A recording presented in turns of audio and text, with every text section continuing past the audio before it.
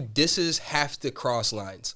Like, you know, in rap feuds, or can it be like just, you know, a verbal back and forth of who's the wittiest, who's the most clever? Yeah, I mean, so my take on it, like I had no problem with J. Cole apologizing. I thought it was mature of him. You know, hip hop turned 50 years old. Yep. So now we're getting to a point where you have fans of hip hop that are older, probably have different perspectives on things. You know, just in general, I feel like people have a hard time apologizing. Like, you don't see no apologies on Twitter. You don't see no like At all. nobody.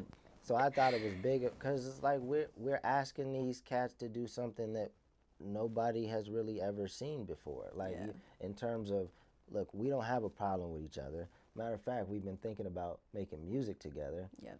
So you think that J. Cole's gonna dip in his bag and create a hit 'em up record against somebody that we were gonna potentially collaborate? Yeah. In what year have we ever seen people that didn't have no problem, like, just start going at each other It's as true. viciously as what Gilly just suggested? Yeah. Like, who?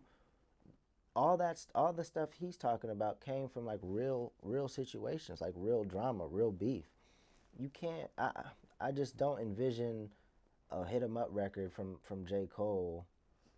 Like, especially at this age, like he's about to be 40. Like, Yeah. what? Why would he want to be that angry? I'm with you. Like, these artists are at the top of the top, and what can you say about them? Like, what could you possibly say about Kendrick? These guys are at the top of the top, Pulitzer Prize winning, you know, platinum selling artists, selling out around the world. J. Cole, same thing, sell out around the world, you know, amazing music. Why are these guys in the top? Why are these guys the big three? Because they make great battle rap records? They're in the top three because they make great music. What's up, y'all? It's Dame Ritter, Director of Communications for the best music distribution platform out there, Two Loss. What's up, Nyla? We need to talk. What's up, guys, and welcome to We Need to Talk Weekly. We'll be dropping bonus episodes every week with a weekly recap of what's been going on. These are my thoughts and my thoughts only, and my intention behind this is to spark conversation amongst my community to keep the conversation moving forward. So what's up, guys? We need to talk. And today I have a very special guest in the building. We got Dame Ritter joining me, OG exec. Wait, why you laugh at that? Because I'm just getting old. I'm just getting old. I'll probably have some old takes. You know, no, it's not. When I say OG, it's just respect. Like, you've been doing this. I appreciate it. Yeah. I have. I've been working in music for a while now. So yeah. I mean, I expect it. I got some grays coming in.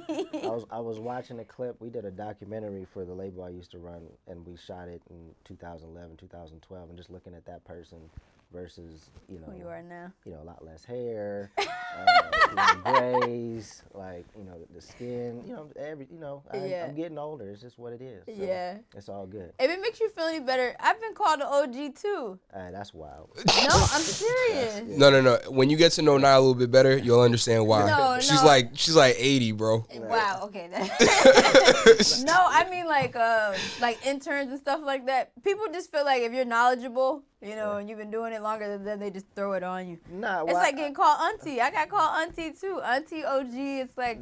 Nah, I think it's just because you carry yourself with a little bit more professionalism. You sharp. You know, you're not rough around the edges, and then maybe they think that's old, but that's, to me, is somebody that takes this shit serious. Right. So, you know, it's definitely not old. That's a good point. It's just everybody else needs to step their game up. That's what it is. I agree. Man, this guy, he's charming. This guy's charming. Hey, not one lie told so far. But, Dame, for those who don't know, you already mentioned you used to run a label, but for those who aren't familiar with who you are and your track record, can you just talk to us about your journey in music? Yeah, so I didn't even know I was going to be in music. Like, coming up, I was just a fan of music, and even going to college and going into the corporate world. You know, I worked for big companies like Wells Fargo, Goldman Sachs, and Deloitte. Were you in finance? No, I was an auditor for Wells Fargo. So it was, and then I was in operations for Goldman Sachs. I worked overseas in London. So basically, all that to say, like, music didn't even enter my mind until I got laid off from Deloitte, and my little brother hit me up. He was going to UC Irvine at the time, saying, "Yo, I want to drop out of school and do music." And just because the timing lined up with me getting laid off, I was like, all right, let me just help him out. He had a friend of his named Hobson who went to high school together. He was in an equally frustrated position, but different. He was signed to Ruthless Records at the time. So we had to get him out of his situation so that we could start our own independent label called Funk Volume. And that was how I got stuck in music. That's his villain aura story. How I got stuck in music. But wow, that's fire. Yeah. Okay, so you started your own independent label. That's in the 90s? No.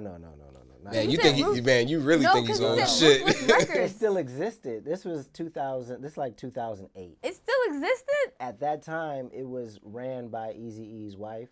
Oh, but okay. They weren't really doing much. Oh, okay, with okay. It, That's why I was like, Ruthless Records. Yeah, so it still existed, but it wasn't like prominent. It wasn't like back in the day. Got it. So, okay. Yeah. That's the only reason why I said 90s. Sorry, I'm like Ruthless, Eazy-E. No, I'm not that old. I'm like, damn, she really took that OG thing to heart. God, don't do that. All right, so talk to me about Funk Volume. Love the name, by the way. Yeah. Funk Volume. No, we did our thing. We did our thing from 2008.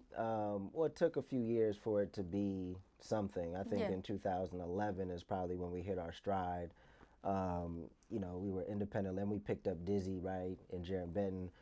As an independent label, we had 3 consecutive years on the freshman cover. So we had Hop, and then Dizzy, and then Jaron. So there's not too many independent labels that can say they had a run like that, So we were doing our thing until it crashed and burned in 2015, 2016.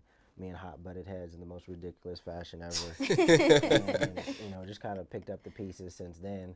I'm still in music. I'm the director of communications for a music distribution company called Two Loss, the best music distribution company. Stamp it. Called Two Loss. You can look at that camera when you got to make a point like that. Okay, this one right here. Yeah. The best music out there. Use the code. I think you have a certified. code too. Okay, use certified. Don't use my code. Use certified. Yes. To get 3 months free music distribution. Their interface is fire. Benefits is fire. Tracking all your analytics also fire. I just did a walkthrough, so that's how I know. Yeah. No, it's the best platform out there. And then I don't manage any music artists anymore. I don't think I will ever do that again. But I manage Big Ja, who's a comedian, director, actor. Multi-talented, and then a young lady named Persephone, who also has a podcast, is in a lot of Big Ja skits. So she acts, hosts, things like that. So I still work with creators.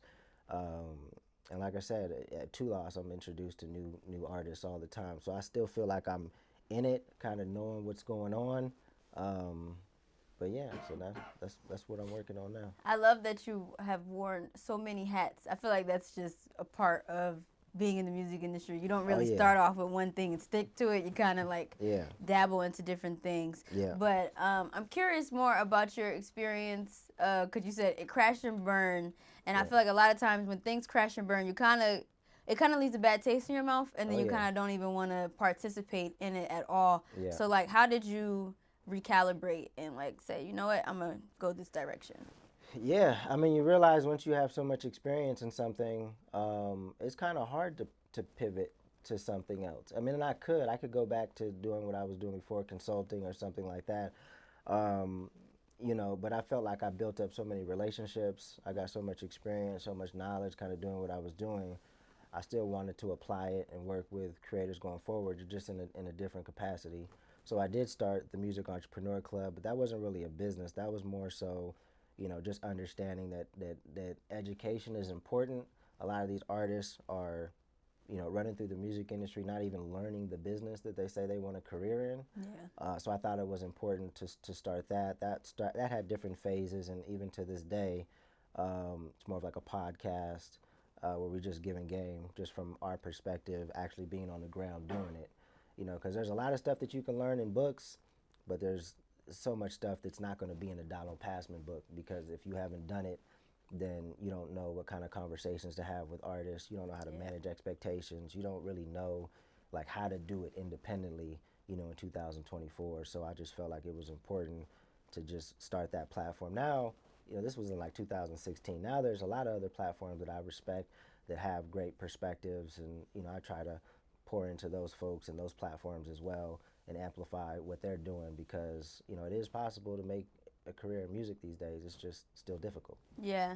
No, salute to you for being willing to pour into other people who aren't aware, and even just waving the flag like, hey, free game, just because it is really hard to find people who are willing to put you on. And a lot of people don't want to teach, like, because I had to learn the hard way, they want you to learn the hard way too. Yeah. So, like, big salute to you you for that. You got a tribe. I feel like, I don't know, maybe, again, we don't know each other that well, but I feel like you surround yourself with great people that, that hopefully can help you stay away from some of the mistakes that maybe other people make at this age. Yeah, I got a tribe now. Okay. I got a tribe now, but it was a lot of falling in the beginning. Yeah. And even then, like, it's different layers to it, how we're talking about you and, like, the different hats you're wearing. So as I'm, like, growing and trying new things, you need, like, different mentors for different phases of your life. For so, sure.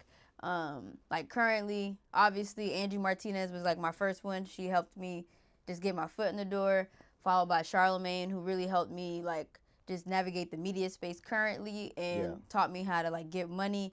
And then now I have Cortez Bryant, who obviously is an exec, worked with Drake, Wayne, and Nicki Minaj. So I'm like, I learned so much. But I say on the exec side, it was hard for me to find somebody who was willing to believe in, like, what I'm trying to do. And I'm really New York is is hard. People are cold here. They're not opening up. But I'll say, like, Angie's different. She's a New Yorker, but she got a different heart. Charlemagne, not from New York, and we're both from the South, and we just connected, so that worked out. And then Tez, I'm just thankful. I'm thankful for all the mentors, but you're one of those anomalies, I would say. No, you need people, especially as an artist, if you're looking for a manager or something, like, you need somebody that has experience in how you want to build your career. Right, and I kind of shift in terms of what you were just talking about. But, like, for an artist, if an artist wants to be the biggest artist in the world, that needs different resources than somebody that wants to build a sustainable business. Spend their time with their family. Yep. Don't care if they're recognized when they go out in public. So it really just depends. You got to find the people that have experience doing it the way you want to do it. Yeah. So. Nope, that's a great point. Did you claim that you're from the South? You finally claimed that? She did, and she told me before that she was from Maryland. See, did you finally claim that? Did you finally claim that? I was confused. I thought maybe I wasn't listening, or. I do not want these socks to show. Sorry, but what I will say is I'm an Army brat, so I be set tripping sometimes. It's complicated. I hate when people be like, "Where are you from?" Because I'm like. Well, I mean, for years I've been telling you you're from the South, but and this is the problem, because people from y'all neck of the woods, Boston, New York, whatever, look at Maryland as the South. Then you got people from the South who look at Maryland as the North. You know what I'm saying? Like, is it below like the Mason-Dixon? Yeah, but it doesn't. All right, so you from the South, man. You gotta claim that. It's such a complicated question, but anyway, damn, man. Why you pulling my card like that? I was a minor detail for me. I wasn't judging. You could do that. This is an ongoing back and forth between us. So anytime I get an inch, I take it. I have to. Oh, no. Pause. Diddy. Oh, wow. Jesus. Pause. That was crazy. That was crazy. That was crazy. I forgot I was in New York. Yo, that was crazy. Yes, the home of Cam and me, so you know it's nonstop up here. Oh my goodness. But I gotta be on my P's and Q's. Oh, absolutely. Especially around her. She's really the catalyst for this. Anyway, speaking of catalyst, we're talking about Music Entrepreneurs Club and just pouring into people. Yeah. And talk to me about what made you want to start that. Like, was it one of the people that you're managing? Well, not managing, but that you're working with now? You are managing. No, well, but no music artist. What really made me want to start it was because that was one of the reasons why I felt like my label crashed and burned, was just a lack of education. Yeah. Right? I feel like if artists learn the business, there's still going to be some dust-ups here and there, whether it's because of money or ego or whatever, but at least you can be kind of on an even playing field in terms of what we're talking about when it comes to the business. Like, it's really hard to have a conversation with an artist that has no idea what they're talking about when it comes to like the business or what, I mean, I guess fair can be subjective sometimes, but like what's typical, why certain people get paid certain things. Like, if you don't, it's extremely difficult to have a conversation with an artist that just doesn't get it, doesn't understand publishing, doesn't understand how money flows. Like, just so that stuff is super important, and I feel like if an artist does understand the business, they understand like the importance of the people on their team, they can respect and value each member of their team, and like I said, it's less likelihood of something going south. Understood. Talk to me about, well, do you know how many hats that you have worn in the industry? Because there's people who have came up to me, even this past weekend when I was in Charlotte, they was like, I want to work in music, but I do this, and I kind of want to do this, and I want to do that. And I literally told them, do it all. Like, do it all and keep doing it all till you can't no more. One of them is going to take you further, or one of them is going to... How many hats have you worn? I mean, as a label owner, manager, but then a manager can be broken down, especially when you're doing it from the bottom. Yeah. You driving, you selling merch. Oh yeah. You're the fake security guard. You're the tour manager. Yeah.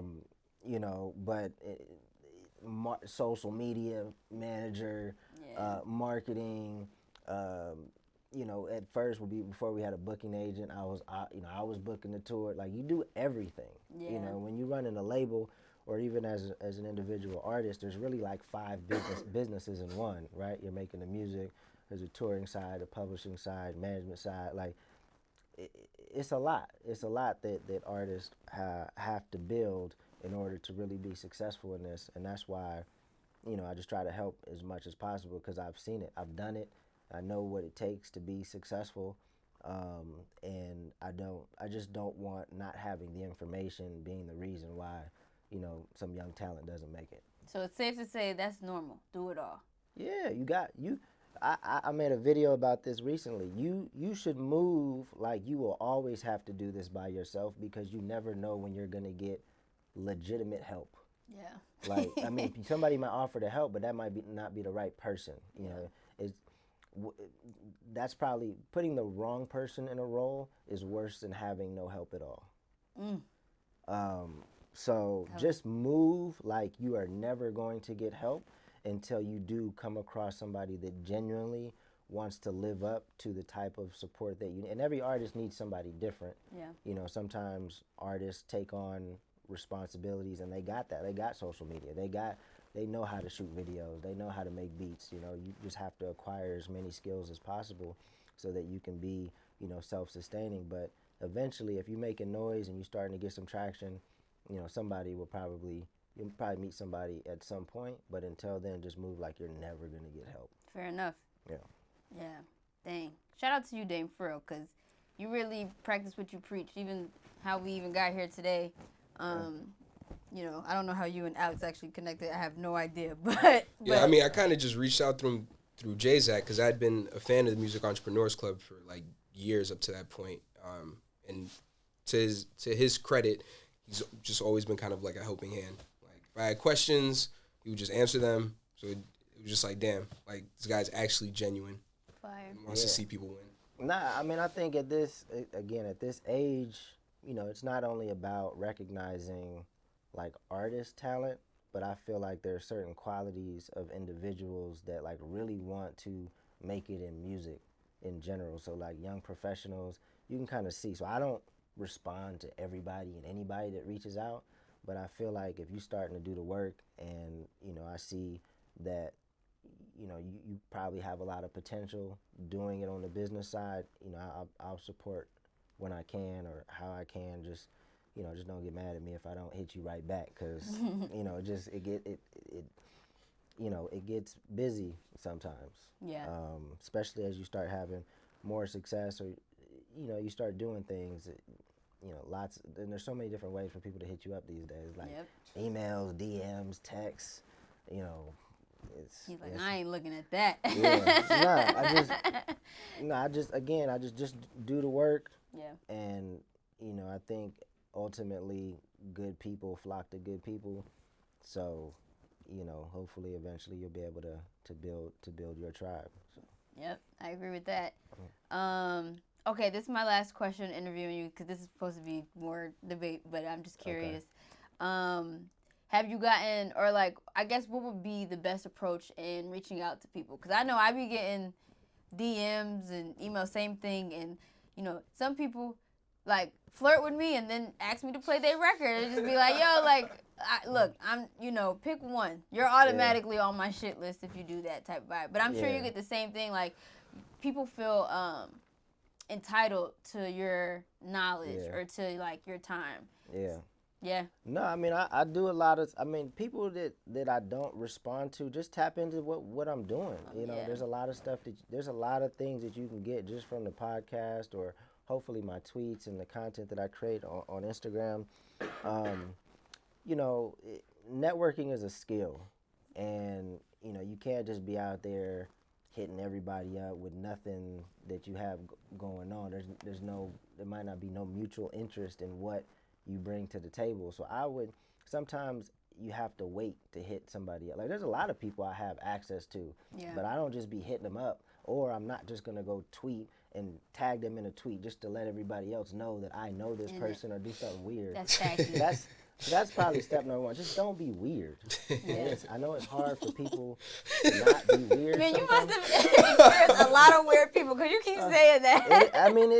It's the weirdest industry that I've ever been a part of, because I've been in finance, and then as a consultant, you know, you work in different industries and whatnot. But it's you know, it's an industry that doesn't really require like a certification or a certain level of years of experience. So you're gonna get more weird interactions than most. Like, even if you're a plumber, you gotta, I'm assuming, have to pass. At least have the trade. Get some kind of certification. But there's none of that in music. Yeah. So when I was running the label, I mean, that was kind of one of the things that I loved about it, is like throughout the day, I could be, you know, interacting with a brand. I could be interacting with an artist's family member, something going on. Yeah. You know, the range of people that you have interaction with is huge, which is cool, and, you know, can sometimes be a hot mess. But people skills gotta be strong. Yeah, so just wait. You know what I'm saying? A lot of times when you're, just follow the people that you want to work with and learn, like, you know, what they need. Yeah. Just learn the time, because I'll sometimes post exactly what I need. Yeah. You know, you might follow somebody and they might be in your town and they're just looking for a good restaurant or somebody that can, you know, won't mess up their hair or something like that. Yep. You know, you can provide value in different ways. But you don't have to rush and reach out to somebody just because you feel like you have access to it. Just wait. You don't have nothing to bring to the table. Nothing about what you're doing stands out. So you shouldn't have an expectation that they even respond to what you're doing. That's real. So be patient. Great advice. Yeah. I love that. Patience. That's what you always like to tell me too. Proactive patience. I mean, I think I made that up, but proactive patience. It's like you have to be patient, but in the meantime, be working on your shit, building something special, you know. So while you're waiting for, you know, a time when you need to reach out to somebody in particular, be building something special, so that when that connection happens, you can present what you've been building, and it makes, you know, that much more sense. I love that. Yeah, that's great advice. Well, I'm patiently building We Need to Talk Up, so I could be considered in this conversation. HipHop Media Big 3. Okay. That has been What a segue. You know. That conversation has been going on, I think Adam 22 out in LA brought it up, saying that the HipHop Big 3 was Adam 22, Academics, and Joe Budden. No, Vlad. He said Vlad. Oh, Adam said Vlad. I'll let you do this because you came up with these topics. Sorry. All right, so basically, with, you know, the great hip hop debate of many decades of like who is the big three, you know, per decade, whatever the case is. Obviously, Drake, J. Cole, and Kendrick Lamar has been a hot button topic. So Adam 22 actually posed that question to Drake and was like, who is the hip hop media big three? And he said it was himself with No Jumper, Vlad, and Academics. So then Drake rebutted him and was like, you can never put DJ Vlad over Joe Budden. Mm-hmm. So we started talking and we were like, who is the actual media, like hip hop media big three?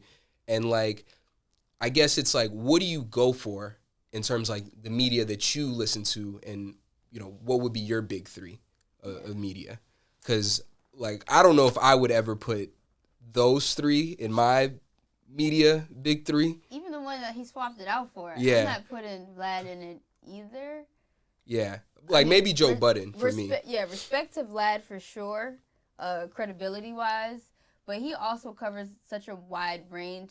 They kind of offer different things. Like, Vlad is more like documentary style, where like Joe was actually commentating on like what's going on.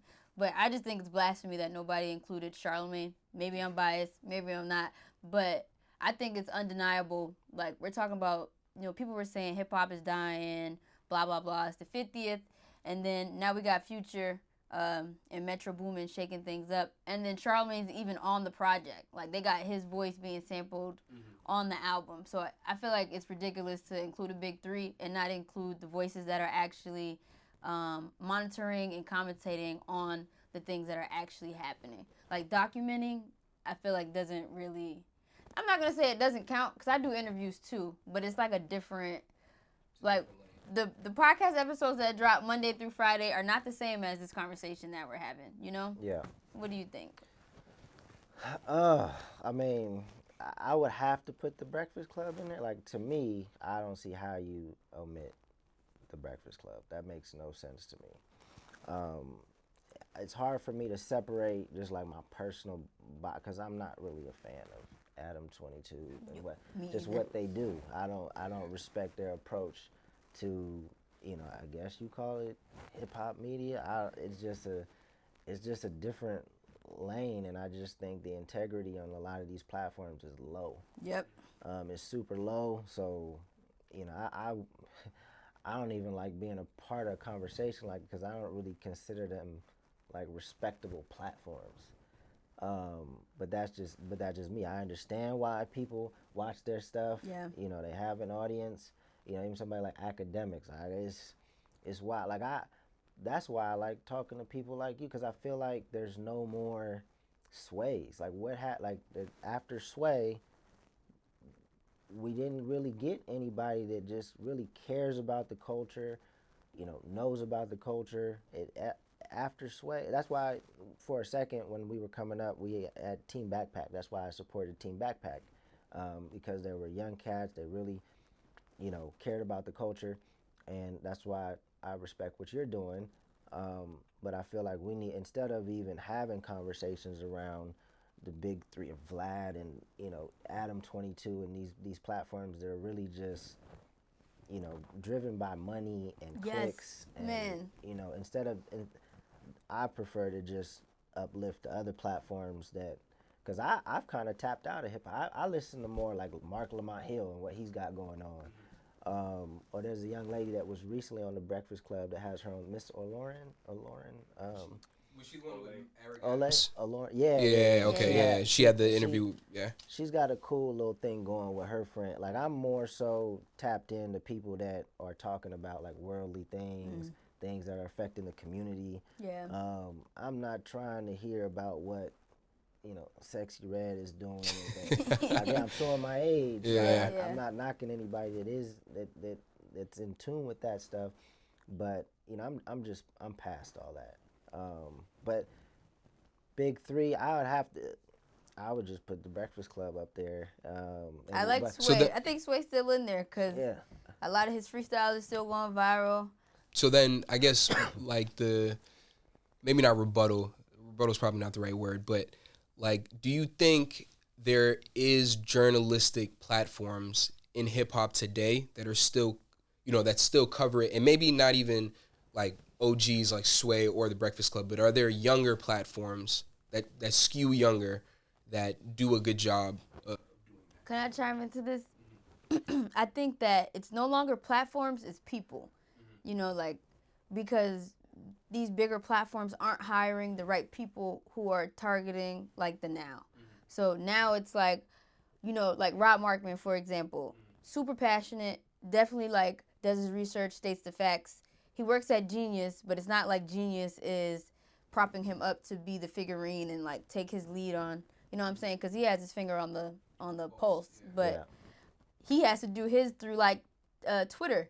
You know, he does, like, short form videos on Twitter. So now it's like, it's no longer these publications leading. It's now, like, people, which is why academics is actually, you know, leading and even in the conversation of the big three, because him as a person, he's so much in the mix that Drake is sending him the record early, you know, to play on live and stuff like that. Yeah. So, like, now it's just a different, But that's what kind of messed it up, right? Because, you know, it used to be more about celebrating the arts, the culture, the artists. But then once we got social media and we can celebrate ourselves and we can put ourselves first, I think that was kind of the beginning of the end for hip hop journalism. So it's all personality driven. There's no more. Yeah. And you know, you start getting a bunch of money and, you know, building these platforms, and it's about money first, and it's not about the music, it's not about the artists, which is unfortunate. I mean, you know, get your money, build your business, but, you know, there's definitely a big hole for, you know, people that have some integrity. So. Yeah, that's why I like that when Kendrick said, it's a lot of goofies for the check. I mean, I felt that. I'm like, yo, I be online, and just as like as a media personality, I feel like it's a circus, and I don't really be wanting to be a part of the zoo. Yeah. Like, I really don't. There is some things to learn from the people that are winning. I mean, you don't have to adopt the lack of integrity, but just in terms of, like, you know, the showmanship, you know, there's other reasons why they're like, they're good at what they do, and they're good at grabbing attention. But, you know, I just wish there was more young folks out there that you know, really cared about the music. And I'm gonna keep connecting with those people, trying to support those people. You know, even if they never get to be as big as, you know, DJ Academics or some of these other folks. So then what are you guys' opinions on like streamers, right? Because I think that has become like a major outlet for a lot of artists to break through. So like Kai Cenat, someone like Aiden Ross, this other streamer named Speed. Like, do you think there's a way for that to be like the new version of like journalistic, for like journalists to be able to break through? I think it could be if they wanted to, but to me, I see it more as entertainment. And there's nothing wrong with that, but I'm not looking for like a profound or something new. You know what I mean? Like, it would be something new as far as like lifestyle. You know, like Tyler went to Kai Cenat's stream or whatever. Even Nikki went to Kai Cenat's stream, and she's up here dancing, doing the hips. Like, I think it shows people more. That's not shade. Oh, okay. She ate it. She ate that. I don't want no problem with the bar. But all I'm saying is, like, I think the streamers are showing more so lifestyle, where, like, it's just a different lane. Like, it's not as in-depth. Yeah. I mean, but people are going to go where, you know, artists are going to want to promote their music on whatever is hot and what's going to get them the most exposure. I've never really sat down and watched a stream from Kai Cenat, or I don't really know. I just see clips of what they do, and it really just looks like they're having fun, like you know, just having a good time. So I don't know if I'll put them in the same bucket as, like, you know, potential journalists. But, you know, I think like with Gilly and Wallow, I think Gilly and Wallow are cool. You know, they have good chemistry. They do. You know, the Drink Champs, I wish they wouldn't drink as much. A lot of, you know, as you get older, especially, you know, old black folks drinking too much, they be slamming them drinks on that show. I hope sometimes they put water in some of the glasses and just act like they should. But cats be on there just getting wasted, going crazy. Oh, it's a setup. It's a perfect setup. So yeah, I think what they do is cool. It's a good celebration of typically, like, you know, legacy. Yeah, legacy acts. So there's platform. I mean, the great thing is there's content out there for, whatever your vibe is. I think. Yeah. It may not be as big as academics, but you can find the stuff that Yeah. makes sense. So, for me, I need a good combination. I like to stay up on what's going on in popular culture, but it's also, it's politics stuff, it's community stuff, it's sports stuff. So I gotta get a good variety of information. So. Well, I'm glad you brought up Wait. $1 worth of games. Wait, hold on. Right, do you think? Yeah, because that's going to take us down a whole different tangent. But before we do this, I just want to say that's why the Breakfast Club should be on the list, because they've actually expanded past HipHop Media. It got to be on a list. Yeah. It's wild. The Breakfast Club has to be on that list. Yeah, they're interviewing presidential candidates, and yeah, they've expanded it. So to your point, you can still listen and chime in, and you'll get the sexy red tea, but then you'll also get a little bit more.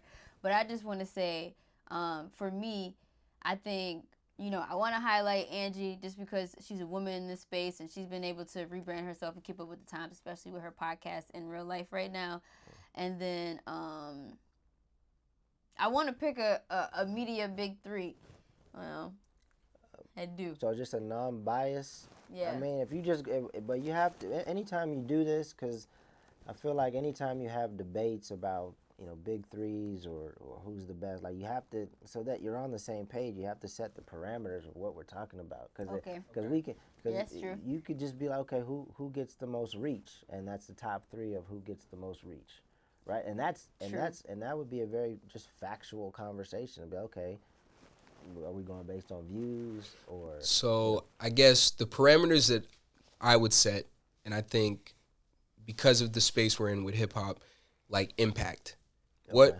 What platforms actually like move the needle? And it's like, who are the people that have a pulse on what's really going on? Like that would be how I dictate like the big three. Yeah. Well, I would take one. I would definitely put because my timeline might be different. Because That's what I was thinking I don't too. see shit of what Adam 22 is doing. Yeah. I honestly don't. I've successfully You've curbed that. I've curated my feed so that I don't see stuff like that. Yeah. So I would see in my world and in my feed in my social media land, I see the Breakfast Club stuff.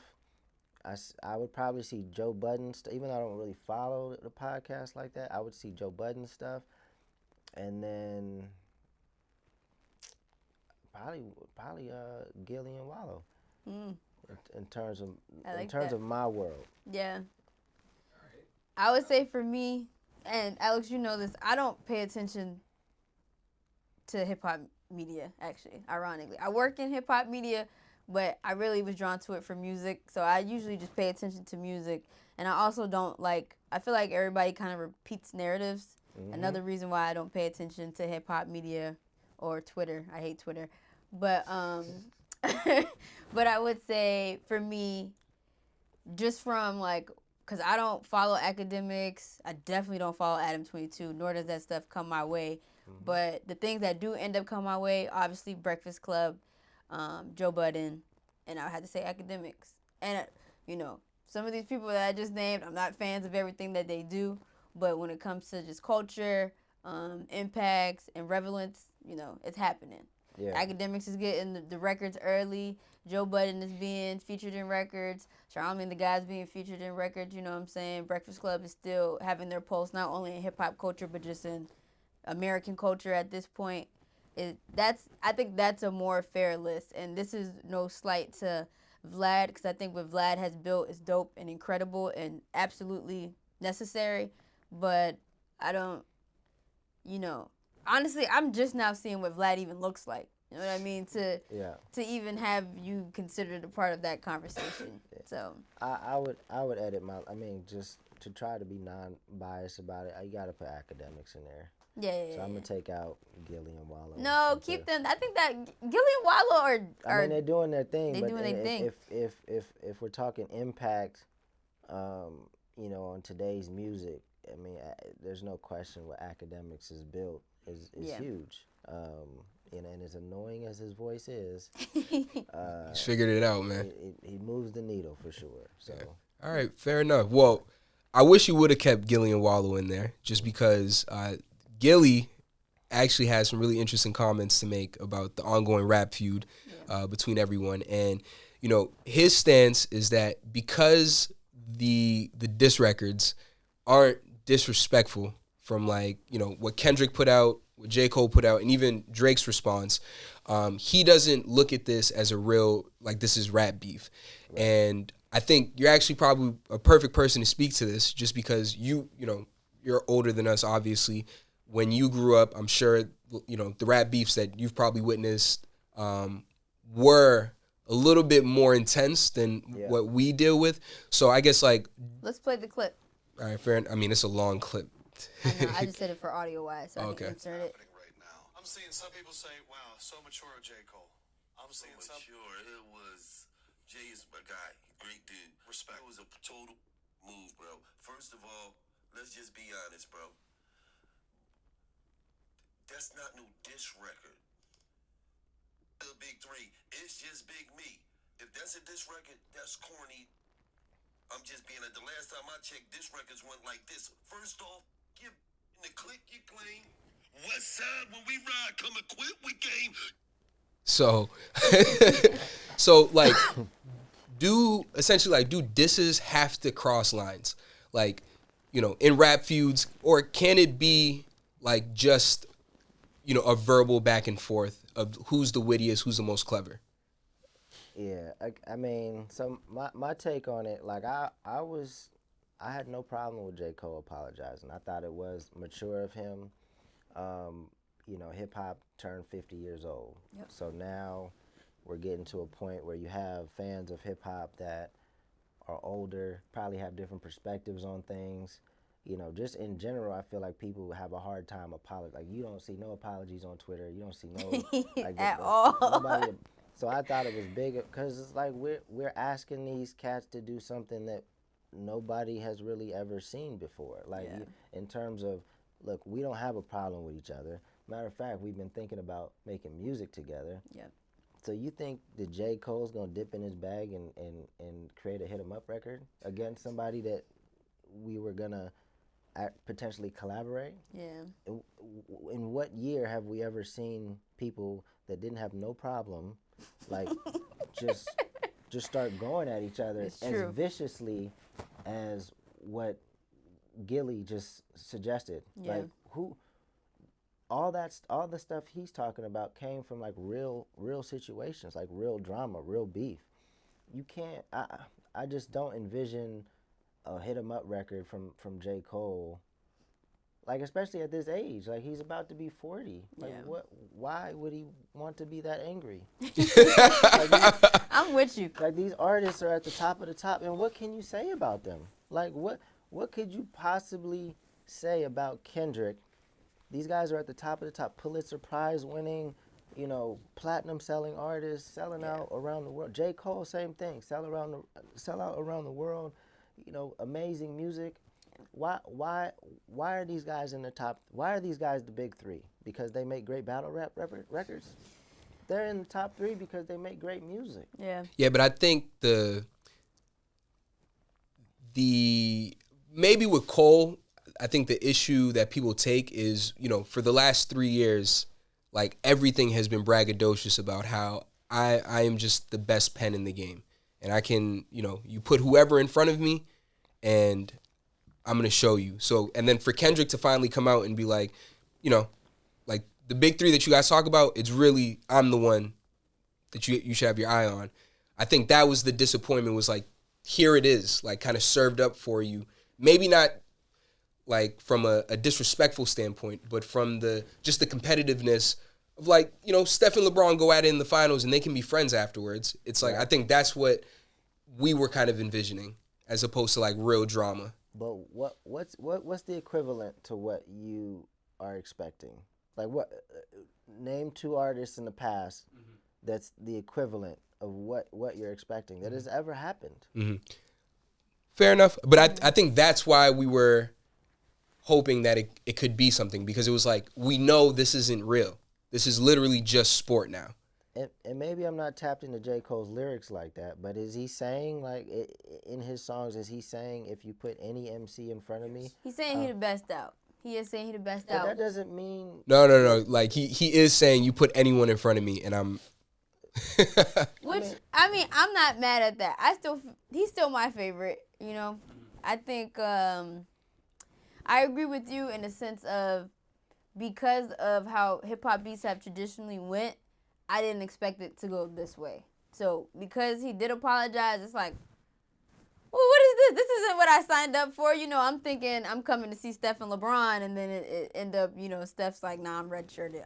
You know what I mean? So, I get that approach, but then, like Dame said, we already know these two are friends. And not only is it's not just like a typical beef. It's not 1 and 2.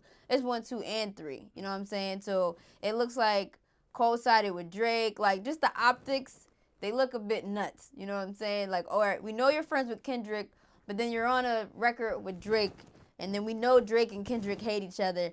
And then you're talking about the big three, but then you're saying you're best of the big three. You're saying you're Muhammad Ali. So I understand, and I don't know if Cole was thinking about the optics. Like, I think he's just writing. He's friends with both of them. He's not really thinking too much of it. And I feel like he did apologize, and this is just what I think. I think he did apologize because he's friends with Drake. He's friends with Kendrick. He probably knows the animosity on both sides or whatever it is. And it's like, you know what? I actually don't want to be a part of this. I'm sorry that I even entered the chat. I'm just going to make my way out. Look, bro, you know, I think he tried to deliver for us because he knows that, hey, you know, everybody in rap, this is the sport, this is exciting, and then realize, like, this ain't me.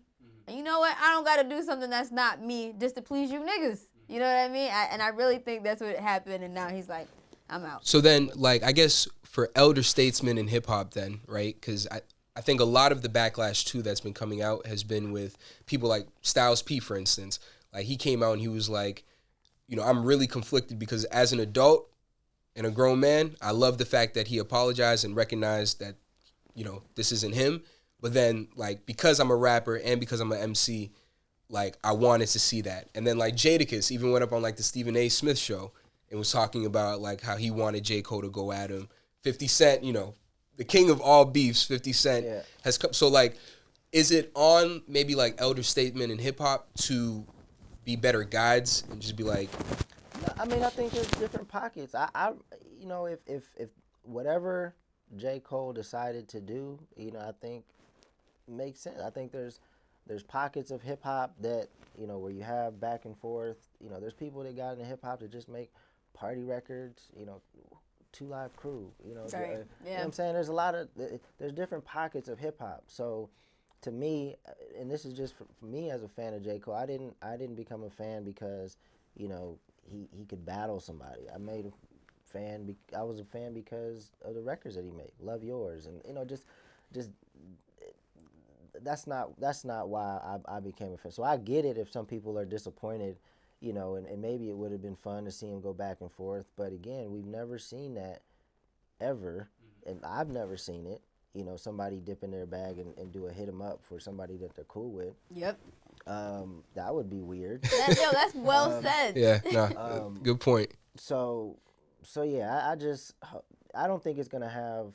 I know that Maul from Rory and Maul said something like it's gonna be career suicide. I think you not even said that as well. Nah, like, whoa, never. I just said I was disappointed. I would never. Throw him under the bus. J. Cole probably gonna get more fans for this. I think so run. too. In the long run, he's gonna get more fans.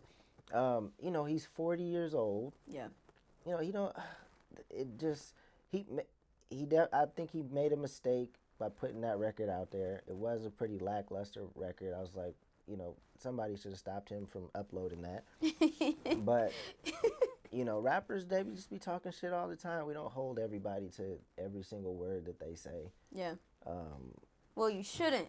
You know, now people want to hold Cole against every word, and they're saying, like, I can't listen to him the same now. Like, those tweets are really pissing me off because it's like, yo, your favorite rapper has a ghostwriter and Ben has had a ghostwriter for years, but you listen to him the same. You still in the club singing them records word for word, like you know what I mean? So don't do that to Cole just because you're mad. Well, I think with Cole is because this is like me coming as a Cole fan, where because we held him to that standard of like, man, this guy really cares about the art of this. And it's like, look, we've had, as Cole fans, had to go through hell and hot water defending him from like all the boring takes, all the like, he makes sleepy music. But who are you guys defending him against? He's selling out stadiums left Listen, and right. it's fandom, man. It's fandom. Really just, I get that's it, why but- I don't like Twitter, man. I hate Twitter. But I how really many? do. If you look at people's top 10, you're gonna have at least,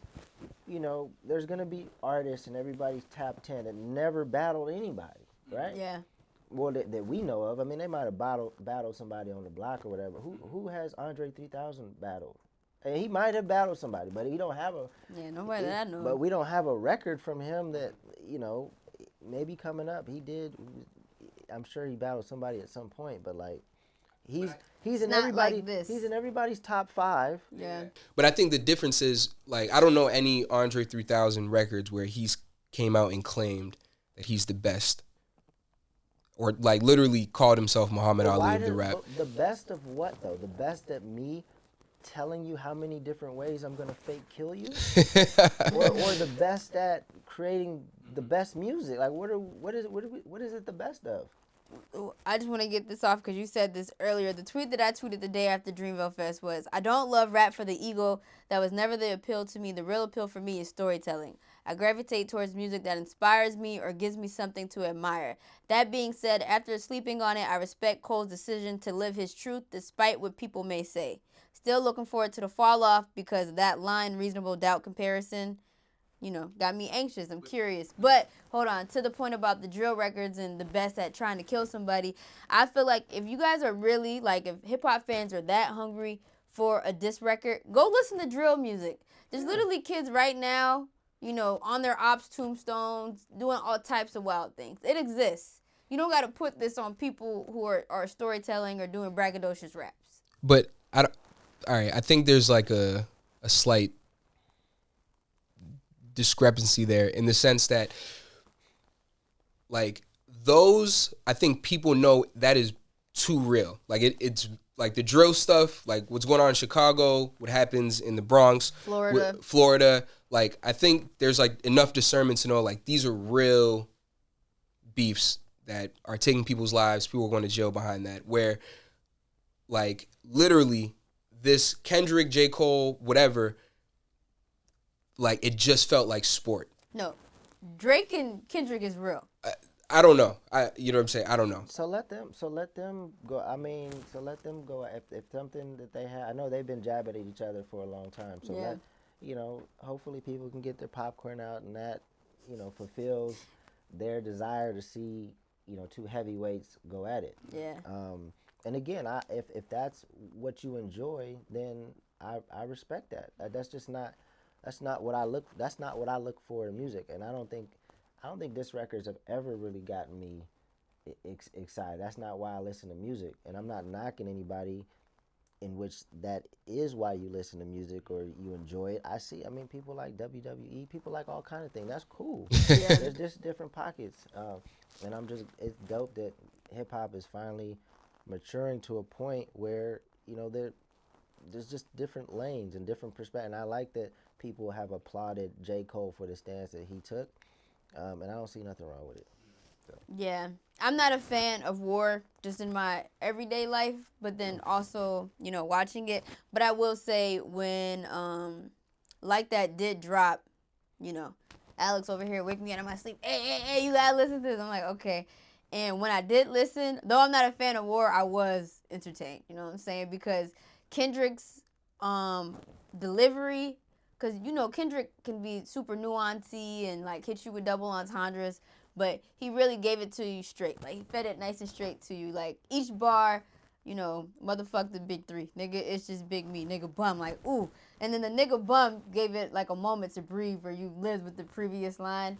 Then followed up with nigga Prince outlived Mike Jack. Nigga bum. It was like, damn. Like, he just kept hitting me with shots. And I was able to track it. So I would say, like, though I'm not a fan of war, I like the excitement of, like, I didn't see it coming, the surprise feature.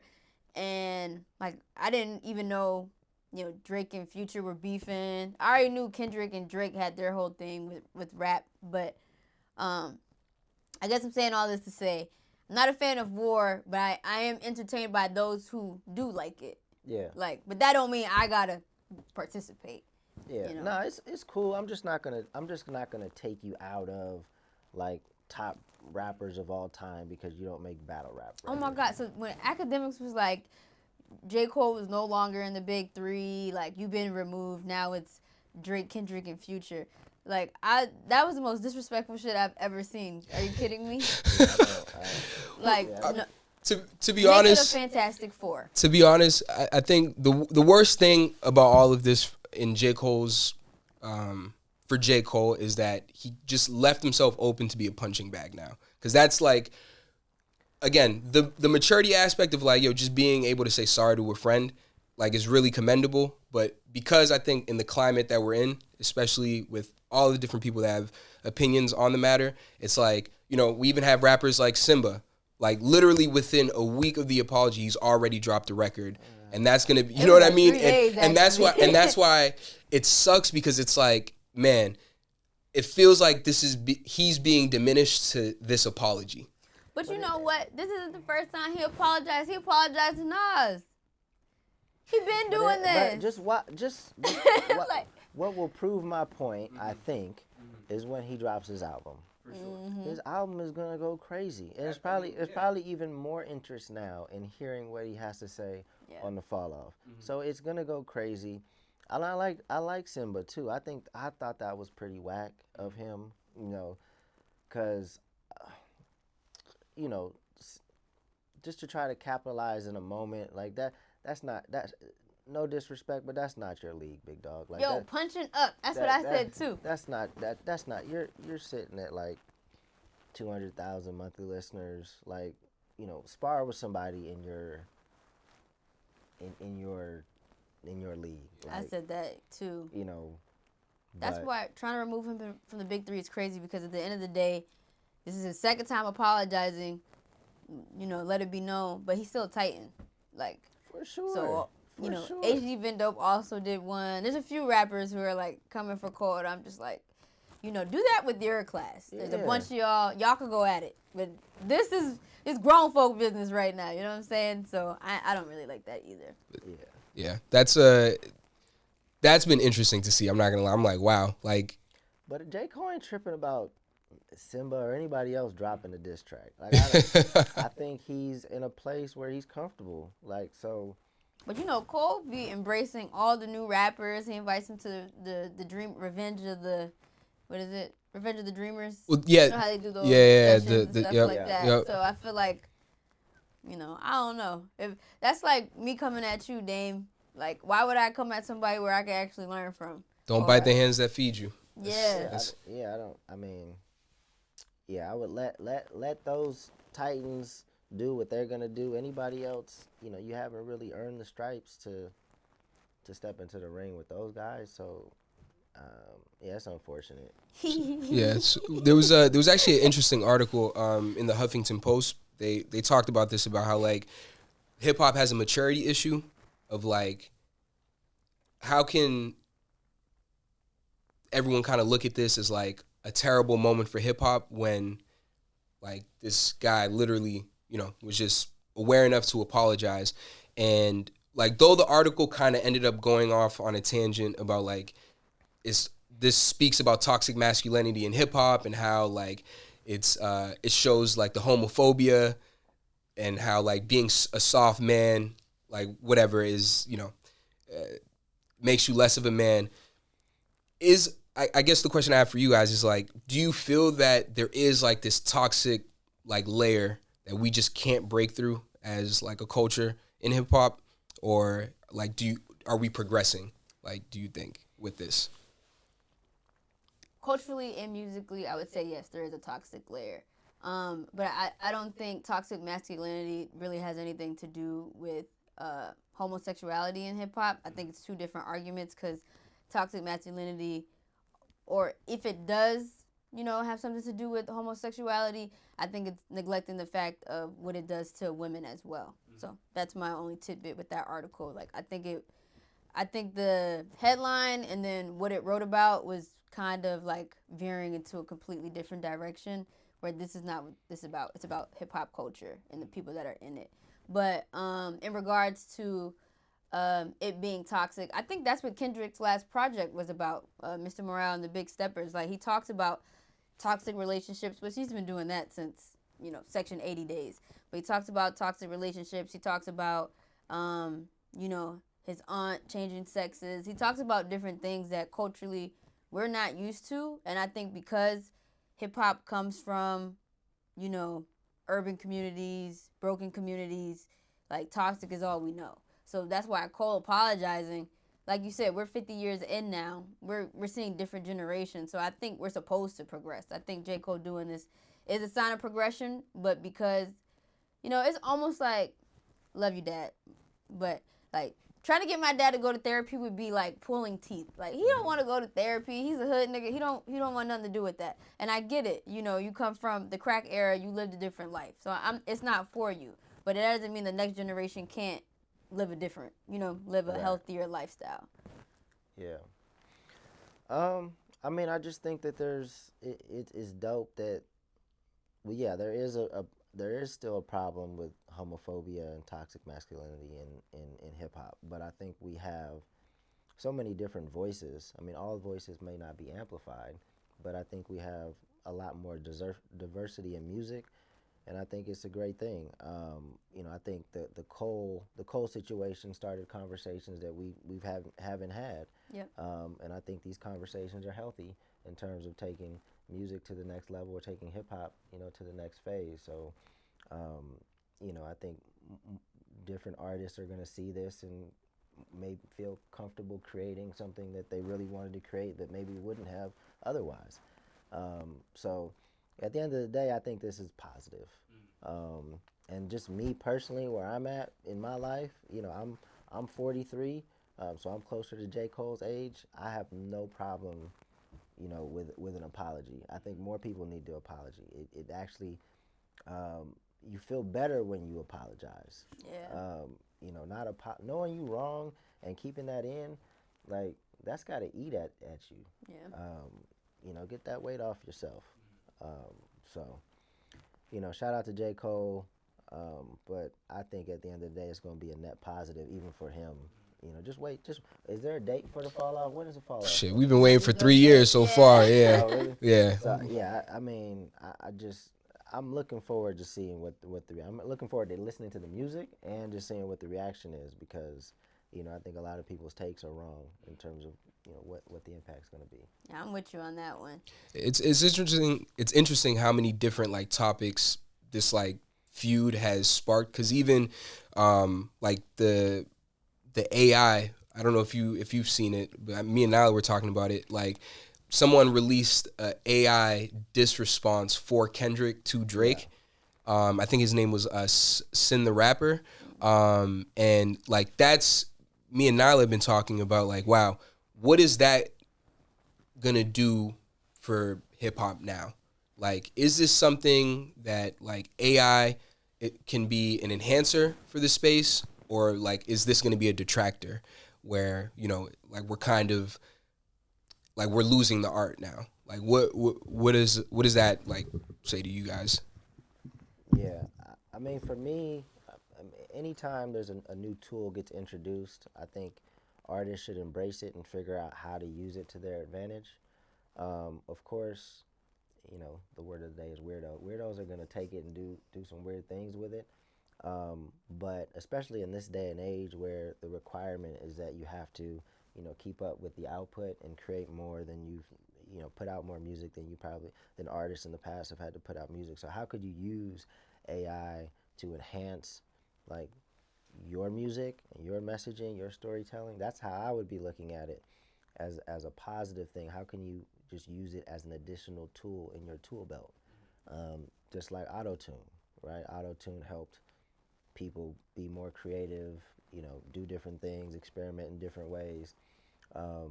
With the new AI, it's not going anywhere, so you might as well figure out I don't know if you guys use Chat GPT, but I use it all the time. Oh my God, for And everything. it saves a shitload of time. Facts. But you don't. A lot of times you don't just take exactly what it spits out. You still have to massage it a little bit, and, Refine it, make sure it's representing your voice. Yeah. So for artists, it may maybe have writer's block, or just want a different perspective, or you can get more creative in less amount of time. You should embrace it, in my opinion, because I think it can help. Just don't do anything weird with it. Word of the day is weird. Don't be weird. I definitely agree with that. I think the scary part to the AI is just not knowing, and I guess we kind of been here within the journalistic world, but it's new to the music world. It's just not knowing like what's real or not. Cause it sounds like a fire Kendrick diss record to me. Like if Kendrick was to drop that, I'd be like, yeah, this is tough. He even showed, like he did a breakdown video to show like why he inflicted the T's, cause he knows Kendrick hits these letters a bit harder and stuff like that. So just based off of like past resume, the way that you can mimic somebody is it's actually nuts. So my only, I guess, complaint is just not being able to tell what's real and what's not. But then again, there's a lot of people who sound smart online to somebody dumb. That's the same thing, and that's real life. That's not even AI. So it's like it's just hard for people to gauge authenticity. Yeah, I wish there was some kind of just notation on content that gets uploaded to the internet that said, oh, this is AI or this is real. Yeah, it's a scary place. They might have to make some laws on it, actually. I mean, they're probably already kind of like potentially fighting for stuff like that. So I mean, laws are so slow, but especially with the video, now with the video, it's tough. It's gonna be a wild. I mean, it's already a wild world, but right now we're in the wild west stage. Especially for a population that refuses to education, refuses. It's I think as a society we're just getting dumber, and it's just gonna get more. It's just gonna get a lot easier to fool a fool. So, no, literally every time a song drops right now, I'm like I'm gonna wait until the artist says something, because I'm not jumping out the window claiming this. But it's getting good. I mean, some of this stuff is getting really good. Yeah. That's why I tell producers some of these beats that is produced from artificial intelligence, they may not sound good right now, but how do you continue to be, how do you continue to make production a career when I could click a button and come out with a banger? Yeah, I think honestly for indie artists, I think the barrier to entry now, like the more AI is in place and gets better and better, I think for independent artists, the more prominent they're going to become, because you essentially cut out a lot of like your expenses at that point. And I know I read an article like way back that said for a successful like musician who signs to a label, it takes like 33 people like that are from producers to people that are just working operations around their business to get them, to a point where they're successful in making money. So I think for independent artists who have always wanted to do this on their own, this is probably like a great thing, because it's like, all right, I don't want to pull a YouTube beat that everyone's probably already ripped. Let me just tell the AI the sound that I'm going for. Man, if I have writer's block, I can just tell it, these are some words, like help me fill this in, and then boom. And then even just refining like your voice. Like if the AI is familiar with your voice now, it's like, man, I can just record a couple lines and have it do the rest for me. Yeah, I mean it's still about community building and storytelling. So, if you're creating content but you have the right messaging, you're telling the right story, you're telling a consistent story, and you're good at building community, that's really what any content creator needs to focus. So again, all these other things are just tools. They're just tools to help you create more content to tell you so that you could tell your story, build, engage, and monetize your community. Not gonna lie, I think that Hi Whitney record that came out that OVO Camp is claiming is AI. I don't think that's AI because just like the Kendrick record, the guy came forward and was like, "Yo, I made the record." Nobody came forward and said that Drake record was, like, "Hey, I created that record." Not to mention in the background, you hear people in the back like laughing, like "Hey" in the little clip. So I'm like, "Yo, that record doesn't give AI." And then also, yeah, it's just confused. But see, it's confusing. It's like it is confusing, but that record don't give AI. You talk about somebody's wife? That's crazy. This is crazy. That record don't give AI. But I also think it's like clever of OVO to put something out that's that disrespectful and then be like, "Oh no, that's just AI." and just see how people react to it. Yeah. Like, no, that's just AI. I didn't say that. Somebody else is talking about your wife. Like, yeah, okay. That might be a good marketing tactic, honestly, just for people in general. It's like you just drop a song, see how people react, and be like, "Oh no, that was AI. Like I didn't really. That wasn't me." Oh Lord, yeah. I guess that's where we're at now. Yeah, that's kind of the landscape of things, in my opinion. I don't know. Yeah, my first complaint, I think last year when the AI thing, I forget what was the first. There was a record that went viral that somebody created with AI, and then Oh, they had like an AI rapper yeah, or something like that. Yeah. it was like I think a rapper that was deceased that they did a record on. Anyway, I can't remember what it was, but when I first heard it, I'm like, it doesn't sound real because there was no like inflections and like it just didn't sound like the person. But after seeing the Kendrick diss and how he put that together, that sounded real. So like I think the more that people like refine it and use it, the more it's just gonna be smoke and mirrors, Yeah, nah, I mean, technology advances at such a rapid pace that, we're not going to know what's AI and what's not. Yeah. I think the cool part though is like now, like when you think of like hypotheticals, like imagine knowing you could create your dream collaboration of like, man, like what would Michael Jackson and like J. Cole sound like on a song together, or like Whitney Houston and. You know what I mean? Like, think about that. This Sunday, I'm about to have a Drake drop. He was like, "Yo, what's up, Nyla? I'm in New York City rocking with the pretty song, with the certified vibe, Nyla Symone. It's an OVO thing, eh?" And then I'm gonna get into trouble. I'm lying. No, you're not. Maybe. You gotta figure out how you can use these tools to your advantage. Yeah. And like I said, build your community. That's really what it's all about. That's a good angle. Because a lot of people reject technology, and then when they reject it, they end up, paying the price for it, or even with like rappers that didn't want to get on TikTok, right, because it was corny. Now the algorithms change and it's harder to build on TikTok, and you missed a window of 3 to 4 years where you could have been on top. Yeah. So, and they got a whole TikTok charts now. Yeah. Like as far as music, like. So yeah, it's just a tool. It's a tool in your tool belt. You should always have a long-term vision for what you're trying to build. Yeah. And just use those tools to get you there. Has that ever happened to you, where you felt like you missed a window on like a piece of technology that came out? I feel like we kind of missed SoundCloud, like, because we really built our audience on Facebook. We were kind of a first mover on Facebook. Like, we really got a lot of traction on Facebook. And our music was on SoundCloud. Maybe it just wasn't a SoundCloud vibe, because it was there, but it just wasn't a intentional push on SoundCloud. We didn't like really focus. Like, it was there, but it wasn't, let's double down, triple down, figure out how to really push this through SoundCloud. So yeah, maybe SoundCloud. Got you.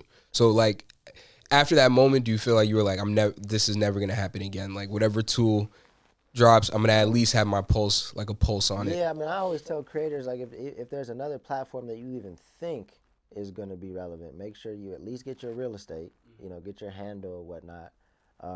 And we're posting pretty much the same content on all these platforms anyway. Just continue to seed content there, and if it does blow up, then you already had a presence there. It's weird to me that we haven't seen something like after TikTok, or especially since there's so many legitimate complaints that we have with some of these platforms. it's weird to me that we haven't seen another like relevant platform emerge. So I'm keeping my eye open for something. They've tried. A few of them have tried. Shit, everybody tries. They make some of the dumbest mistakes, like the most obvious mistakes. Yeah. You know, I don't want to slam any platform on here, but like, you know, if your platform is only just kind of mimicking What's already tools that are already there, like on another platform, then it's probably not going to win. Threads. Yeah.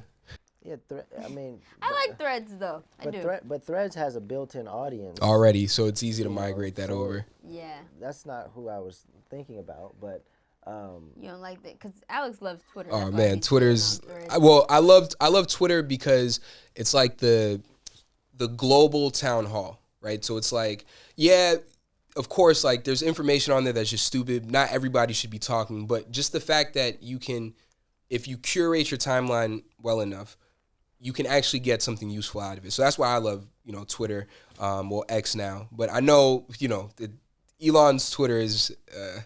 I think I need help curating my timeline because the narratives that I see on Twitter, I really just be over. Like, it really just be jokes and ignorant shit that I see. But it's like, so that's what he likes. That's what he yeah, no, I love nigga shit. So, but like I think to Dame's point earlier, when basically like just the overarching theme of this convo about like finding people like with integrity. Like on Twitter, you can find specific journalists. Like I follow a lot of just like sports journalists, right? So like there's a lot of people that talk about sports, but then there's people that actually like cover sports or like beat writers and have like insight. And it's like the same thing with like HipHop Media. I think you can find people who like are actually covering it from like a tasteful perspective. Of course, like the hot takes are fun just because it's like, yeah, like just talking points. But that's all it's about. It's like curating it to what you're really interested in, Yeah. So. Yeah, it's tough. I mean, Twitter's cool. I messed up all of my social media platforms because I should have started over when Funk Volume crashed and burned because there's a lot of Funk Volume fans that don't rock with me anymore. So, you got a lot of trolls. So there's a lot. I mean, they don't say anything anymore, but they're just dormant. They're still there. They don't unfollow. Yeah. So like my engagement is low on my pages, and I probably should have just started from scratch. Like once the label crashed and burned. Complete rebrand. Yeah. Yeah. So I mean, most of the negative comments has died down. Every once in a while, somebody will say something ridiculous, but I think most of that is over. Yeah. No more death threats. Oh shit. Not death threats. It was never that deep. Yeah. For sure. Yo, the same way we're fans of J. Cole and other artists, people were really, really tapped into Hobson. Hopefully, you guys aren't the equivalent of. No, not like that. But I'm saying like our fandom. So, I guess I'm saying like we're fans. We're passionate about it. We love debating this Yeah, I stuff. might comment. But you're regular not a death people. threat. Yeah. Some people go like even beyond that. You And know all what I mean? those people have fake profiles. Their pages on private. It's a picture of like a doll and a little thing. Like they're not real. Not real people online. Nah, it got wild. It gets wild. I've never in my life like met somebody that came with that kind of energy, or that was that wanted to fight or anything like that. But online, They had that static for you. yeah, Online static. yeah, nah, it's wild. That's funny. Oof. I had one person DM me with online static, and I don't even want to go down this. But anyway, yeah, I don't want no problems. Look, I mean, you gotta be careful though, because you just never know what people are capable of these days. I could definitely see as a woman, it's not a safe world. How you navigate the world is different than how I navigate the world. You have to think about so many other things. So, I'm not concerned about my DMs and stuff like that. But as a woman, I can see how it can get pretty scary. So I had somebody pull up on me. What? Pull up on me. And did what? Leaving work. Followed me. Honestly, I don't even want to do I mean, didn't this just happen recently too? You said some guy was just like, he was waiting on the street, recognized you, walked over to the building. tried to walk up behind me, but, you know, it has, like, those things. It enters and closes. So he walked past security, tried to walk in, tried to get in behind me, but it closed on him. Then the alarm rang off. And then he's like, check your phone, check your phone. So I'm like, what? Check my phone. The first DM is like, you're so beautiful, right? But that was from, like, a year ago. Then the most recent one is like, hey, that was me downstairs. Yeah. But I don't even know what the hell he wanted. And the previous person, I don't even know what the hell she wanted. You know, it's just weird, So man. Word of the day. What's the word of the day, guys? Hey, don't be weird. That's why I feel like I grew up at a perfect time because we didn't have cell phones growing up. So we had to learn to look people in their eye. We knew the consequences of talking shit. Like, you know, but I'm also young enough to have technology introduced to me at a time where I can grasp it and understand it, take advantage of it. Because the communication skills in some of the younger folks, boy. Yeah, I think that the pandemic had a real effect on like younger generations and like their social interaction skills. Just because like my little sister, her freshman and sophomore year of high school were pandemic years, and I'm like, those are like crucial years of like, you know, social development, stuff like that. Yeah. And I don't really think we've seen just how bad it is until like they become like adults. Like then I think we're gonna really like see like, damn. Like, not to mention, think about it. They're living like, you know, we kind of got to see it evolve, but they're in it. Like they grew up on iPads. You know what I mean? Like this is normal for them. So they're not gonna be able to differentiate. Like to me, I always have this debate with Charlamagne. It's like, yo, people don't necessarily understand troll culture. Like you might be trolling, but to somebody who doesn't understand what trolling is, they think you're dead serious. You know what I mean? So for that generation, I'm concerned because I know they're not going to be able to differentiate what's real and what's not. And then also, when I think about it, like, I feel like if you're a kid, like if the pandemic happened when, like, I was still outside playing with my friends and stuff like that, I would be having a blast because I don't got no curfew. I don't got nothing to wake up to in the morning. You know what I mean? If it's just online school, then great. But I think the reason for, like, the teenagers who are entering that stage of I want to hang out with my friends all the time and then, like, the other layer of social media, I think it's going to affect, this is just my theory, I think it's going to affect that age group more than it's going to affect the kids. Because I think the kids who aren't on the tablets are still playing. Yeah. Well, I would hope. I just think, like, especially going back to kind of networking, I just think it's important to get in front of people, have real conversations. Yeah. You know, because some people, even their eye contact is weird. Their daps be weird. I'm like, where did y'all grow up? Like, how you got a funny, you know, when you like, you know, with the fellas, how we interlock hand, like you can not tell. Not like this. No, not. I mean, I don't have another person. But I'm saying it's like, you know. You could tell. You could tell like somebody that just hasn't had a lot of friends growing up. They might need to implement socialization classes for humans at this point. You know how dogs have it? Like, after your dog is like 6 months, you want to get him into a socializing class so he knows how to act around other dogs. We might have to do that for people. Like re-entry for like... For when people come out of come out of the feds. Yes. Yeah, it's crazy. I think that might be necessary at this point because technology has got a hold on people. Or maybe like etiquette classes, something like that. I don't know. Oh, my mom made me take one of those. But I mean, a lot of it too is just like getting forced to go outside and like trial and error. You know what I mean? Like you get around enough people. We were just talking about this on the walk over here. It's like you can tell, like. Certain black people who didn't grow up around like other black people, because like, you know, it's just there's like a cultural layer that like dapping up, like knowing how to properly dap somebody up, right? You know what I mean? Like that matters. Yeah. So you can always, you know, it's just like you got to force people into settings. Yeah. I think to really build those skills. That's funny. But we're in a society we're in a society right now where you don't have to go outside. Like nothing. Yo, academics don't leave his house. But like me, I don't have to, like I work remotely. Like I don't have to leave my home if I don't want to. Like I could order food to my house. Oh yeah. All of my social interactions could be, just strictly my screen. I could call, I could FaceTime people. You know what I mean? It's like, so it's like incentivizing people to actually like want to do these things. Like, how do you do that? I forget which Asian country this is. My apologies, but there's one where the population of asexual people is higher than people who are interested in heterosexual relationships or homosexual relationships. So they don't even like one another. They like nobody. Yeah, I think it's China. They're asexual. Like that's their dominant sexuality choice out there. So and I think that's a technology thing because they're way more advanced than us when it comes to that. So I feel like we might end up going that way if we continue to keep implementing technology the way that we are. Potentially. Yeah, well, for the creators, I mean, because you can build it again. It really just depends on what your end goal is, right?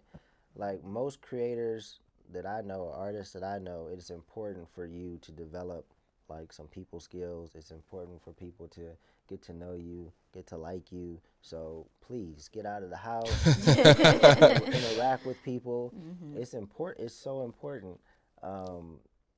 To build relationships in this industry. It's much like any other industry. It's about the relationships you build, and if you're weird, it's going to be hard to build those relationships unless you have a team that can help build those relationships for you. But you just have to get out and talk with people, get feedback. The emotional intelligence is crucial. Yeah. By the way, you should start branding weird. Like that should be like. Yeah. I just don't have any other word that describes it better. Like, cats be weird. Cats be weird. You know what? That's what we're gonna name this episode. Cats be weird. Cats be weird. But I mean, on that note, I feel like we can end it on that. Dame, this was very insightful. Thank you for coming. You don't want to do your Ashanti rant? I was going to do my Ashanti rant. It was really more of a Irv Gotti rant and how disgusted I was and how he tried to blast Ashanti. But what's the Ashanti rant? What happened to Ashanti? Oh, no. Ashanti's in a great place. So really, I'm just giving Ashanti her flowers because I think Ashanti is very classy. She's had a great career, and I'm just really happy for her and Nelly because they're expecting a baby and they're currently engaged. So I'm just happy to see Ashanti as a career woman kind of get her cake and eat it too, because I know a lot of times they tell women you can't have both. And I love the way she's gone about it. So I just wanted to salute Ashanti, but I think it's ironic because the way that Ashanti and Nelly ended up reconnecting is because Irv Gotti was trying to blast her, saying that, call her his old work, essentially. That was weird, too. Yo, that was mad weird. That was super weird. Like, I would be disgusted if my father was on here acting like that about, his artist when he was married or whatever the case. Like, the whole thing is just like, why would you even talk about it? If you're doing a documentary on Murder, Inc., then you should just focus on the music. And I think if he would have did that, she probably would have wanted to be a part of the documentary. But you're on here telling us stories about how you were grabbing her ass. And, I just, don't sexualize women and then be mad that they don't want to be a part of your thing. So salute to Ashanti. I'm super happy for you and Nelly, and, I'm sending them love. That was my rant.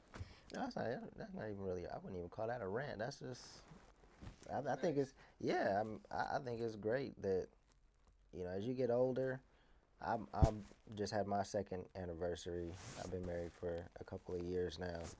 I feel like, relationships and love, and it was easier when you're younger. And when you wait, as you get older, it gets a little bit more complicated because you feel like you know more than you do. So I think if now they've circled back and everything is loved, then I think that's amazing for those two, especially in an industry like music where, it's just unlike any other industry. So salute to them if they're happy. It's amazing. Hardest part about marriage? It ain't hard. I'm waiting to find the hard part. Aww. To be honest with you, like everybody keeps telling me marriage is hard.